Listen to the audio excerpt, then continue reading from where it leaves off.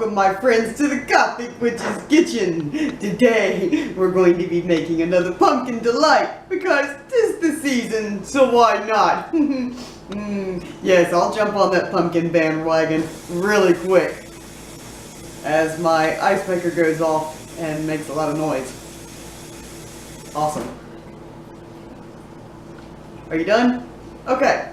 So, today we're going to be making pumpkin cookies, and not just pumpkin cookies. We're going to be making a maple glaze for them. A maple glaze. Sounds so good. I'm so ready to eat them. So let's get started. So we're going to take 2.5 cups of all-purpose flour. Now, I'm going to be a good witch this time and sift. Last time I made something, I was naughty and I didn't sift at all. One.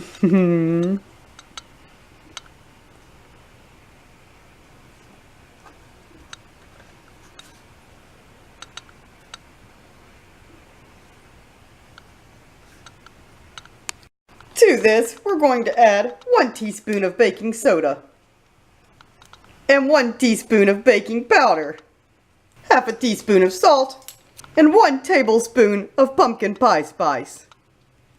And we're going to sift this all together.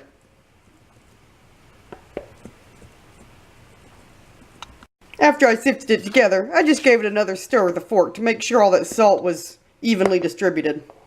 In this bowl, we're going to add half a cup of softened butter, room temperature, not too soft. To this, we're going to add 1.5 cups of sugar.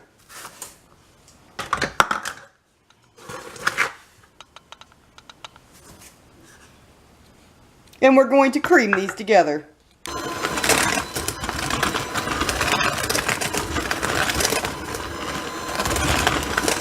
To this, we're going to add 1 egg, 1 teaspoon of vanilla, and 1 cup of canned pumpkin. Make sure it's pumpkin and not pumpkin pie mix.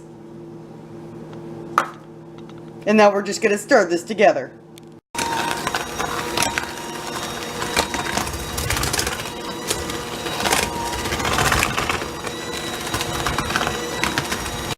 To this, we're going to start adding our dry ingredients. My butter looks a little clumpy, almost like it's still cold, but it wasn't, so who knows. We're not all perfect every day.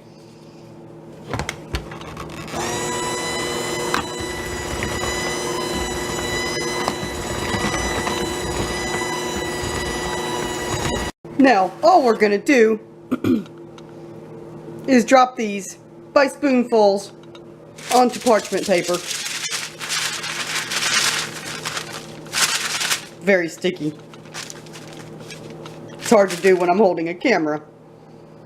These are going to go in a 350-degree Fahrenheit oven for 15 to 20 minutes. In my oven, probably 20. But I'll check them after about 17. It is exactly 20 minutes later. Ooh. Oh, these look good and they smell good.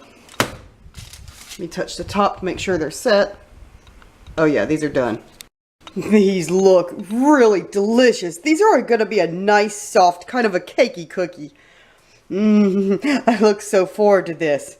And I also look forward to showing you how you can finish them. 2 cups of powdered sugar.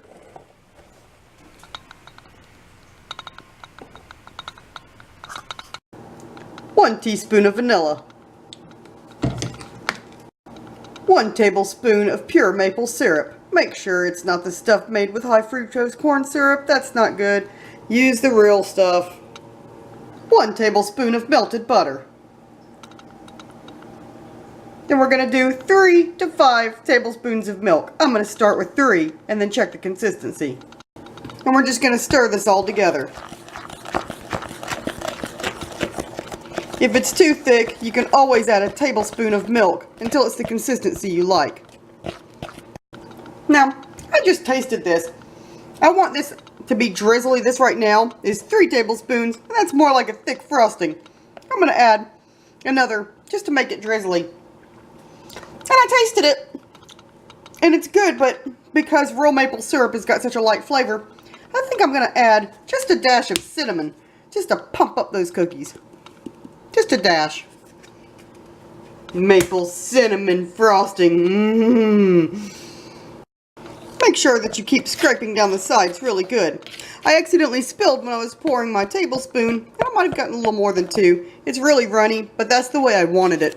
If you get it too runny, you can always add another tablespoon of powdered sugar until it gets the thickness that you want. But this looks good to me. Now, before I drizzle these, I'm just going to put them over a piece of parchment paper that I had cooked these cookies on. That way we don't waste. I'm going to get a spoon. Make sure you do it over a grate. That's if you want it thin like a glaze, like I do. And we're just going to kind of drizzle this on.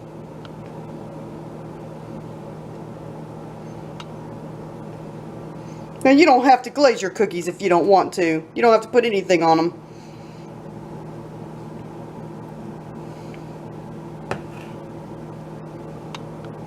Since Witch is on a diet, I'll probably leave half unglazed for me and then glaze half for my husband.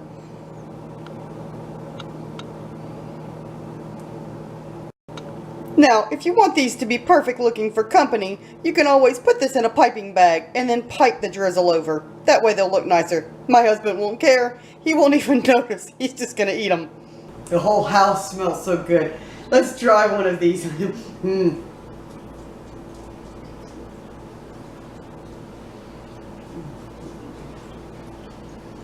The outside is lightly crisp. The inside is moist.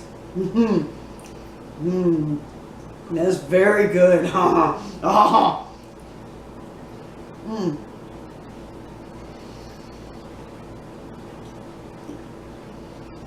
very hard to taste the maple, but I am glad that I put cinnamon in the frosting because that made it delightful.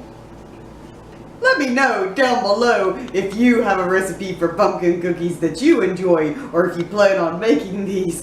They're so hard to pass up. These are really delicious, and I definitely suggest making them and passing them out with your friends who also love pumpkin. Thank you for joining me. Give me a thumbs up, subscribe if you haven't, and I'll see you next week. Goodbye.